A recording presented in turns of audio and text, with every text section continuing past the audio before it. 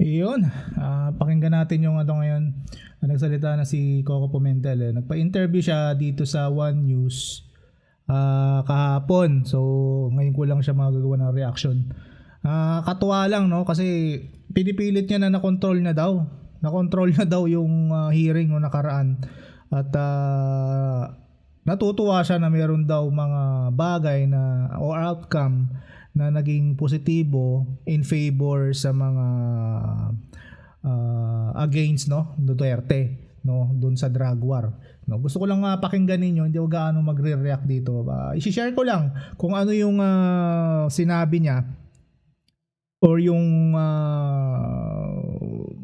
pananaw niya sa ginawa niyang paghahawak sa Senate hearing no ng Blue Ribbon Committee. Okay? Ito pakinggan natin. Investigating on, because it turned the other way around, that the resource person was the one asking questions to the senators. And you don't see that all the time. That's why meron po nagsasabi na ulitin natin, no? yung control yung unahan, sa former ulitin natin unahan. You know, the upper chamber was invaded by Duterte. What do you think? And yet they are happy that they have lots of material. Ayun. And yet they are happy because they have lots of material, no? Siguro yung sinasabi niyang mga lots of material dito yung mga yung kakakines, no? Yung kayabangan ni Fentagong, no? Yung siguro sinasabi niya na nawala sa sarili tong si si former president na sa pagkukwento, no? So nagkaroon siya ng medyo maling diskarte dito. Sige, tuloy natin muna. Diba? So, diba? actually, I will just follow the advice of Dr. Willie Ong. Sabi niya, masyado niyang sineryoso yung mga bashing sa kanya, kaya siya nagka-cancer. So, wag na lang natin seryosohin yan. Kasi nga, as chairman, my mission was to be... So yun no, aminado siya na talagang meron sa kanyang bumabatikos kasi ako nga unang pala siguro mga kalagitnaan o wala pang kalagitnaan, alam ko na bias yung hearing na talagang pumapabor sa mga Dutertes 'Di ba? Kung napansin niyo lang in the middle just to bring out the evidence and to receive the evidence and to hear the witnesses. Wala naman akong plano makipagdebate kung tama o mali ang opinion ng witness. So, mabuti na yan. Just put everything on record. And then, these people who are criticizing me are at the same time very happy that they have lots of material available. Who made that possible? Sagutin nga nila. Anyway, I'll go back to the advice of Doc Willie Ong. Huwag nang patulan ang mga bashers, ang mga negative comments. Gawin lang natin yung trabaho natin ng tama. Curious lang ako, Senator Coco, before the hearing, medyo short notice rin, you guys were convened kind of suddenly. You just had a few days to prepare. Going into the hearing, did you have a strategy? Parang, ito yung gagawin ko, nasunod ba yun? Or parang... Yun nga no, speaking of strategy or plan, parang parang sabog Parang wala tayong nakitang strategy na ginawa itong si Coco Pimentel. No, parang suntok sa buwan na nangyari. At ang result, in-invade na ng mga Dutertes yung hearing, 'di ba? So kung mapapansin niyo mas maraming mga naisabi o nasabi ang mga Dutertes allies kaysa sa kabilang kampo, no? What was going through your mind? Ano yung initial plan mo going into Monday's hearing? Yes, just to be a neutral chairman nga and then to receive the evidence.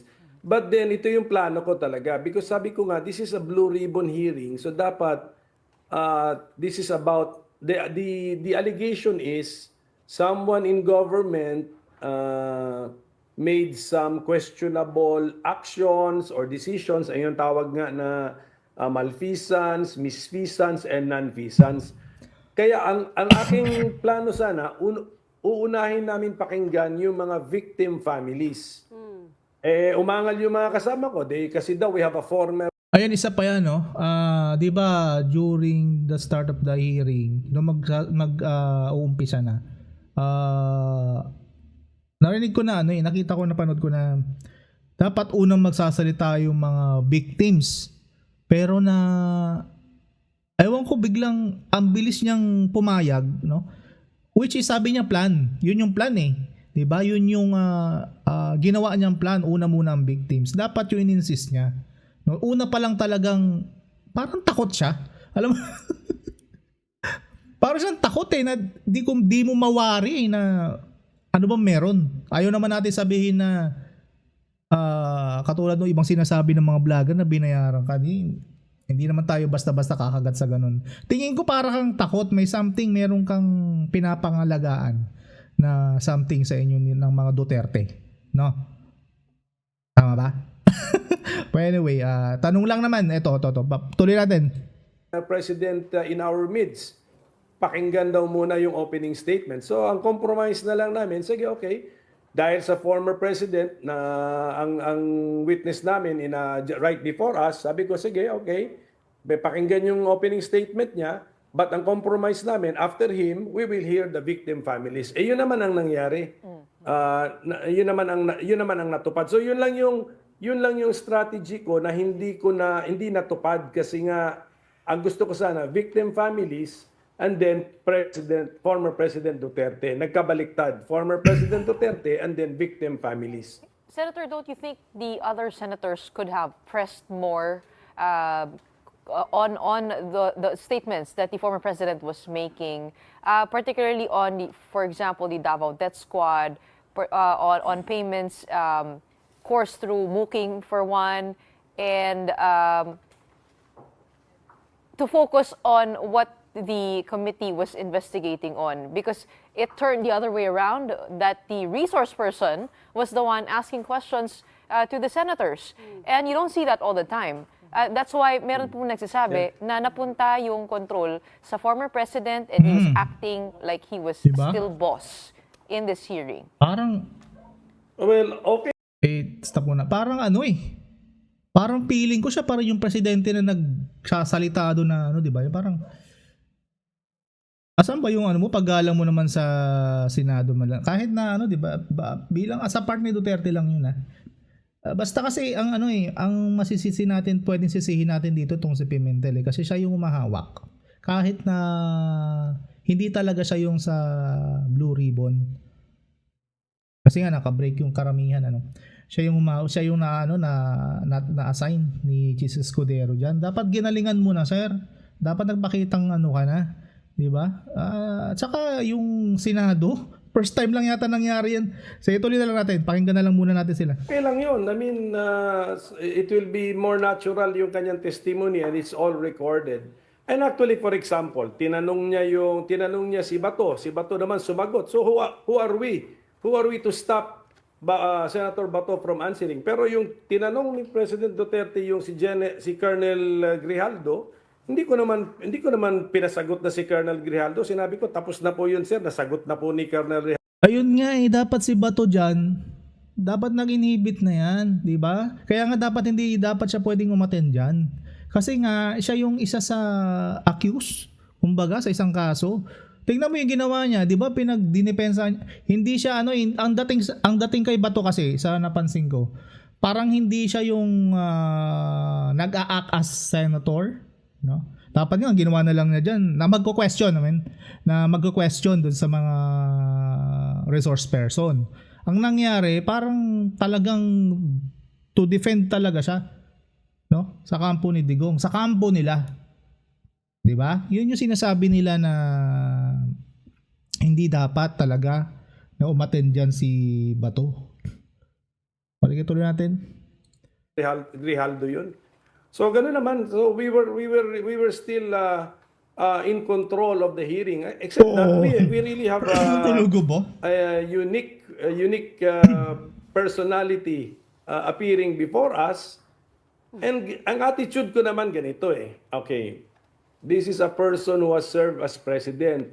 So, siya rin yung nag-implement ng war on drugs. So therefore, siguro marami rin tayong pwedeng matutunan makuha o maririnig galing sa taong ito na who held the highest post in the land.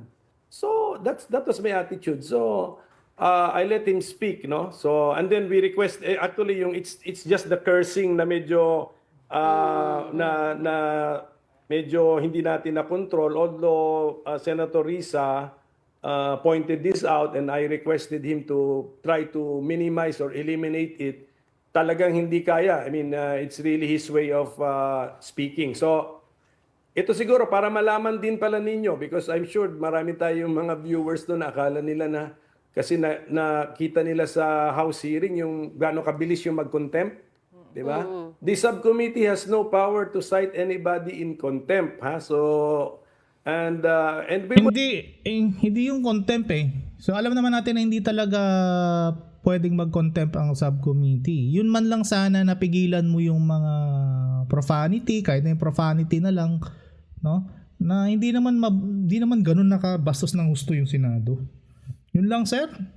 Tuloy natin. would not have done it anyway. But anyway, kung may power to cite in, wala kami power to cite in contempt. That's in our rules.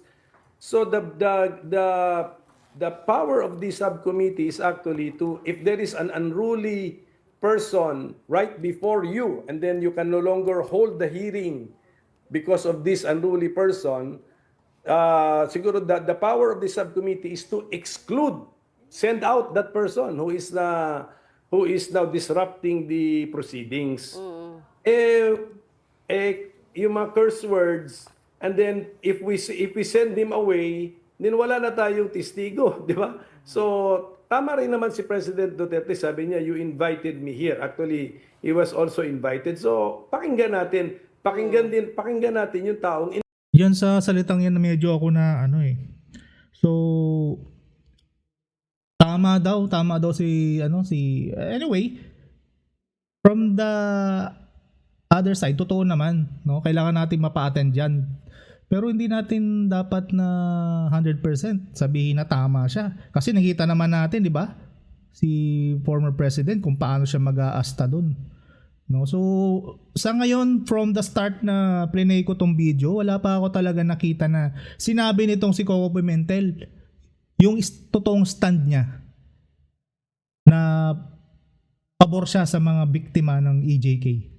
Napansin nyo?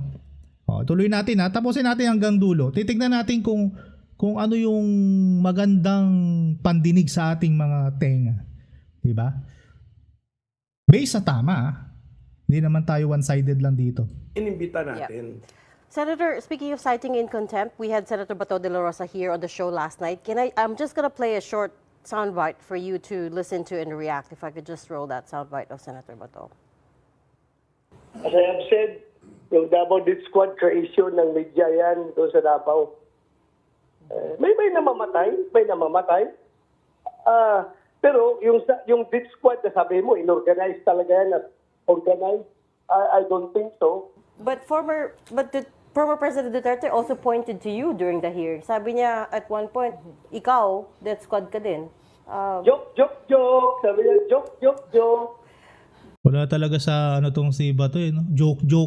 Under oath kayo, di ba? Paano joke? Kung ginawa na ng dapat nagpayaso, dapat nag-ano na lang kayo. Hindi naman gag show yan eh. Hindi naman tag dito. Hindi naman para sa ikatutuwa ng ano yung Senado. 'Di ba? Hindi naman kayo mga payaso. Payaso ka ba? Kung naman hindi naman entertainment na katatawanan ng Senado. Tapos sasabihin niyo joke. So anyway, bahala na kayo kung anong mangyayari diyan sa kasi under oath kayo eh. 'Di ba? Especially diyan sa boss mo, si former president. 'Di ba? Joke. Ayun basahin. joke. Nip na yan. Senator, he was under oath when he said that. Oo, 'di ba? Kasi So what? Bakit? Kung under oath siya, So na what? Just- i-contempt nila. Hindi nga pwedeng contempt. Ya has hecho el trabajo. Ahora toca facturar. No te preocupes, con Holded lo tendrás listo en 3. Hirap talaga tong si Bato. Okay,